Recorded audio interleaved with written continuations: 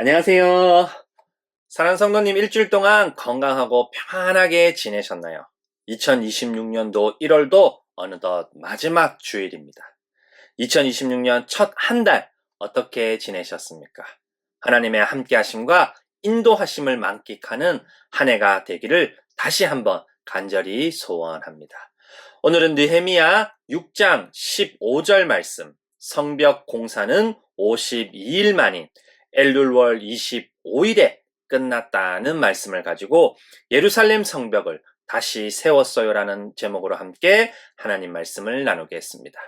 느헤미야와 유다 백성은 성벽 공사를 시작합니다. 느헤미야 3장은 성벽 공사와 그 일에 참여한 사람들의 이름을 기록하고 있습니다. 양문에서 시작해 시계의 반대 방향으로 물고기문, 옛문, 골짜기문, 거름문, 샘문, 수문, 말문, 점호문을 지나 다시 양문으로 돌아오는 구조입니다.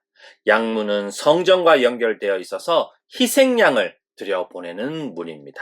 이 말은 성벽을 짓는 게 단순히 건물을 세우는 게 아니라 하나님 나라 백성으로 회복되는 일이라는 겁니다. 하나님 집에서 하나님이 다스리는 하나님 백성으로 하나님을 예배하며 살아가는 것이 목적입니다.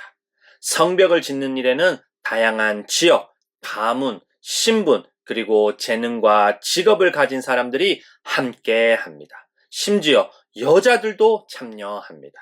자기 집 가까운 곳부터 먼 곳, 짧은 구간부터 긴 구간, 완전히 무너진 곳부터 일부 부서진 곳을 맡아 짓습니다. 하지만 참여하지 않은 사람도 있습니다. 성벽이 점점 지어지자 산발락과 도비아는 몹시 불쾌해하고 화가 납니다. 그리고 유다 사람들을 비웃고 조롱합니다.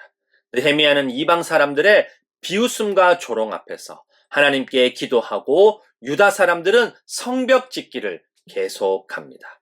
그러자 산발락과 도비아 그리고 아랍, 암몬, 아스돗 사람들은 화가 나서 예루살렘을 공격하려 합니다.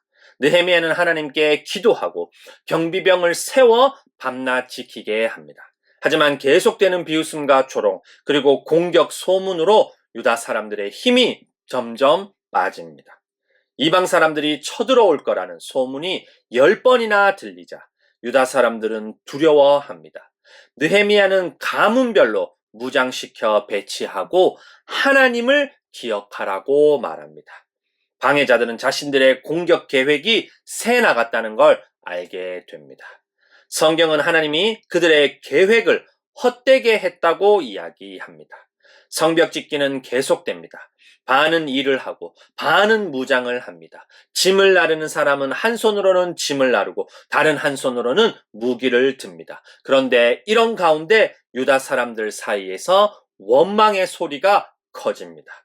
이방 사람들의 외부 공격에 이어 이번에는 유다 사람들끼리의 내부 문제가 생긴 겁니다. 귀족들과 관리들이 같은 유다 사람들을 상대로 높은 이자를 받고 돈을 빌려주고 갚지 못하면 그 자녀들을 이방 나라의 노예로 팔기까지 합니다. 느헤미야는 이 모든 상황을 듣고 크게 분노합니다. 하나님 말씀에는 같은 유다 사람끼리는 이자를 받지 말라고 하고 서로를 노예로 팔 수 없다고 합니다. 그런데 귀족들과 관리들은 이 말씀을 어기고 있는 겁니다. 느헤미야는 그들을 크게 꾸짖고 자신이 먼저 모범을 보이며 설득합니다. 느헤미야는 하나님 말씀대로 모든 빚과 이자를 없애고 땅도 돌려주게 합니다. 그리고 그는 유다 총독으로 일하는 12년 동안 월급을 받지 않습니다. 느헤미야는 고통과 무시, 업신여김 가운데 살아가는 유다 백성들에게 경제적 어려움까지 주고 싶어 하지 않습니다. 내부 문제가 해결되자 다시 외부의 방해가 시작됩니다. 산발락과 도비아, 겟셈과 그 밖의 방해자들이 성벽이 거의 완성되어가는 이야기를 듣고 이번에는 느헤미야를 해치려고 만나고자 합니다. 눈치챈 느헤미야가 만남을 거절하자 그들은 4번이나 다시 만나자고 합니다. 5번째에는 봉하지 않은 편지를 일부러 보냅니다. 편지를 봉하지 않았다는 것, 누구나 그 내용을 읽을 수 있도록 일부러 공개한 겁니다. 그들은 느헤미야가 유다 왕이 되어 페르시아 왕을 배신하려고 한다고 거짓 소문을 퍼뜨립니다. 느헤미야는 예언자 스마야를 만나러 갑니다. 그런데 스마야는 도비야와 산발렛에게 뇌물을 받고 느헤미야를 해치려고 속입니다. 하지만 이런 모든 방해에도 불구하고 무너진 지 약 100년이나 되는 성벽은 52일 만에 완성됩니다. 방해자들은 하나님의 도우심으로 성벽이 완성된 걸 목격합니다. 사랑하는 성도님, 예루살렘 소식을 듣고 슬퍼하며 금식으로 하나님께 기도한 느헤미야. 기도하며 철저하게 준비하며 기다린 느헤미야. 때가 오자 페르시아 술 관원장이라는 자리를 미련 없이 떠난 느헤미야. 먼저 모범을 보이며 설득한 느헤미야를 통해서 성벽은 단 52일 만에 완성됩니다. 그런데 이 모든 과정은 단순한 건물 공사가 아닙니다. 하나님 말씀과 하나님 마음에 반응한 한 사람을 통해 하나님 백성이 다시 회복되는 이야기입니다. 그렇다면 저희는 어떻습니까? 저희는 무엇을 보고 무엇을 듣고 무엇에 슬퍼하며 하나님께 기도합니까? 저희는 하나님 나라를 위해서 무엇을 준비하고 있습니까? 때가 되면 저희가 가진 성공의 자리를 미련 없이 버릴 수 있습니까? 저희가 가진 걸 기꺼이 내놓고 손해를 감수하며 살아갈 수 있습니까?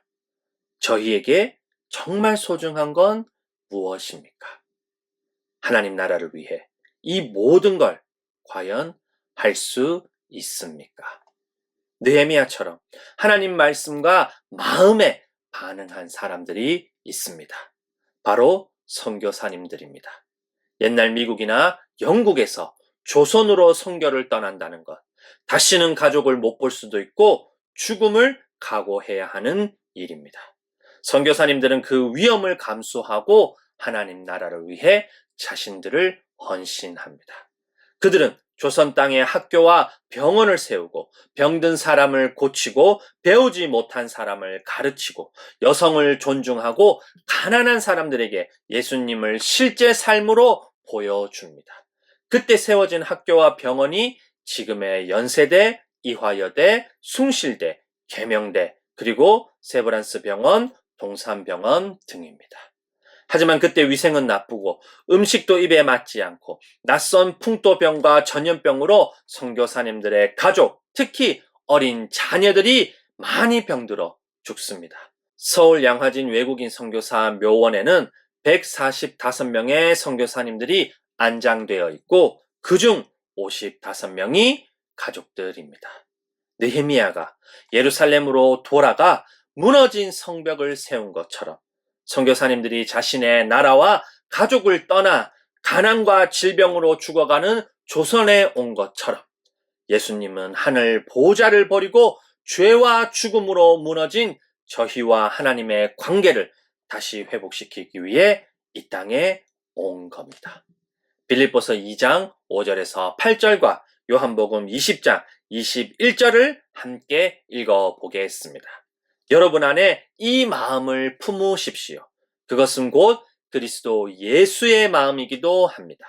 그는 하나님의 모습을 지니셨으나 하나님과 동등함을 당연하게 생각하지 않으시고 오히려 자기를 비워서 종의 모습을 취하시고 사람과 같이 되셨습니다. 그는 사람의 모양으로 나타나셔서 자기를 낮추시고 죽기까지 순종하셨으니 곧 십자가에 죽기까지 하셨습니다. 다시 그들에게 말씀하셨다. 너희에게 평화가 있기를 빈다. 아버지께서 나를 보내신 것 같이 나도 너희를 보낸다. 사랑하는 성도님, 저희가 사는 세상에도 무너진 곳들과 무너진 사람들이 너무 많습니다. 깨어진 가정, 다투는 가족, 외로운 친구, 무너진 교회, 가난, 질병, 중독, 전쟁, 그리고 예수님을 모르고 하나님을 예배하지 못하는 사람들도 너무 많습니다. 하나님은 저희가 이 사람들을 돕고 살리기 원합니다.